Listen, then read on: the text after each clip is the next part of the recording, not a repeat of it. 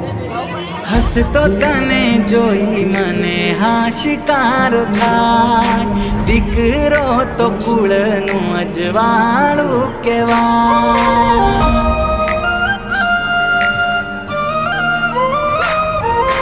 હસતો તને જોઈ મને હાશિકારો થાય, દીકરો તો કુળનું અજવાળું કહેવાય। તને